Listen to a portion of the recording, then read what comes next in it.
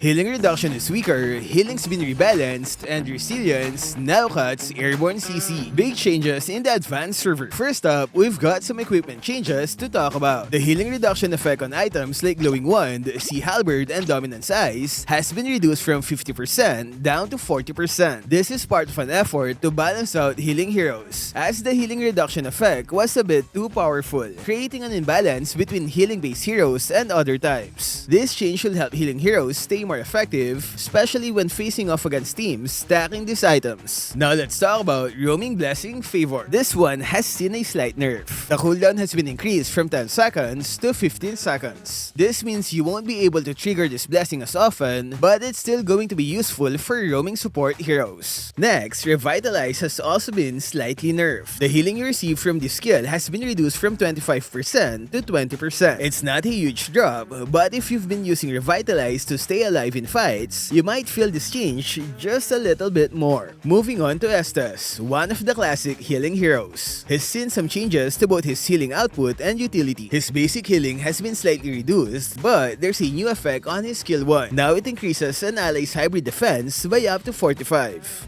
But there's a big change in his ultimate. The healing it provides has been reduced across the board, though it's still a strong heal, especially for allies. Estes is still a solid healer, but you'll need to adjust your playstyle with the new numbers. His hybrid defense boost makes him a bit more versatile now. Next up is Mathilda. His skill 2 shield value has been nerfed. The self-shield now ranges from 300 to 600, and the shield given to allies has dropped from 60% to 50%. This means you won't be able to protect yourself and your team as much with this ability. Mathilda is still a great support, but her shielding potential has been toned down a bit. Floryn's ultimate received a small change to make it more counterable. The old effect that removed healing reduction effects from allies is gone, and now her ultimate increases the healing received by allies by 20% instead. This should help Floryn stay relevant, while also giving enemies a chance to react. This is a strategic change, so if you're facing off against Floryn, healing reduction items will be more impactful. Next, let's look at some updates to Resilience and how it affects certain heroes and equipment. The Resilience stat now also reduces the duration of airborne control effects, except for heroes like Kalea and Saber, whose airborne mechanics are core parts of their kits. To go along with this change, a few items that grant resilience have been adjusted too. Tough boots now provide a little less crowd control reduction. It's been slightly lowered to match the new resilience rules. Brute Force Breastplate has been buffed. It now gives more resilience at full stacks, along with extra HP.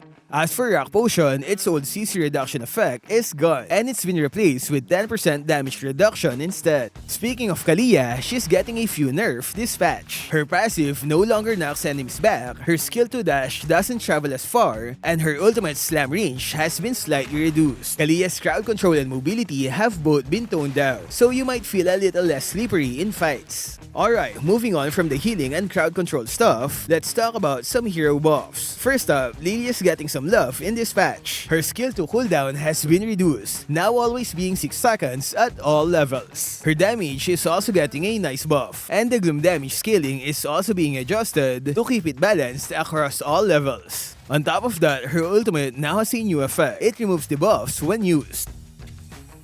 This buff should help Lylia become more reliable in the late game, and her ultimate is now a much better tool for survival. Kadita is getting a few adjustments to make her feel smoother. Her skill 1 now has a slower dashing speed, but its mana cost has been reduced significantly. Her skill 2 has also been improved, with the airborne delay being shortened and its mana cost reduced. Lastly, her ultimate has had its force swing reduced, making her combos easier to execute. Kadita players will find her a lot more fluid now, with less downtime and better combo potential. Chang'e's ultimate cooldown has been reduced, but the magic bonus it provides has been lowered as well. Now her ultimate will be available more often, but it won't hit as hard as it did before. Chang'e players will be able to use their ultimate more frequently, but they'll need to make sure to build more magic power to compensate for the reduced bonus. And finally, the Creation Camp mode will be discontinued. This was a tough decision, but it's being removed to make way for more strategic and engaging modes in the future. If you still have Creation Camp tickets, they'll be removed on June 6, and you'll get a full diamond refund sent to your mail. That's it for this patch preview. What do you think about the updates? Any hero buffs or nerfs you're excited or salty about? Let me know in the comments. Thanks for watching, and I'll see you in the next one.